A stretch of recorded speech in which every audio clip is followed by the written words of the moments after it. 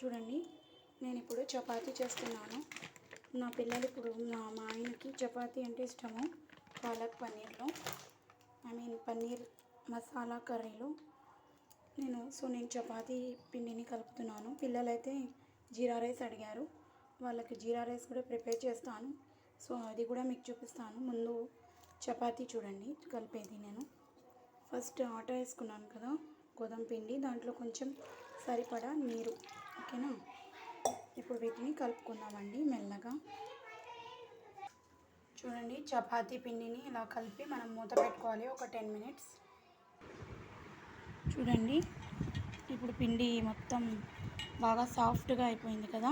ఇవ్వండి, చేతులు కూడా తగలడం లేదు. ఇప్పుడు చపాతీలు చేసుకుందామండి. చూడండి, ఇప్పుడు నేను చపాతీని గుండ్రంగా చేస్తాను. ఇదిగోండి, నేను చపాతీని ఉండగా చేసుకున్నాను కదా. ఇది చిన్నది, నా చిన్న పాప కోసం 4 చపాతీస్ అండి.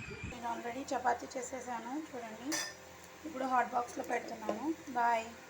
చూడండి, హాట్ బాక్స్లో పెట్టేశాను. మీరు కూడా లైక్ అండ్ సబ్స్క్రైబ్ చేయండి. చపాతీతో పాటు ఈ పాలక్ పన్నీర్ కర్రీ అండి. చూడండి, కాజు కర్రీ అండి.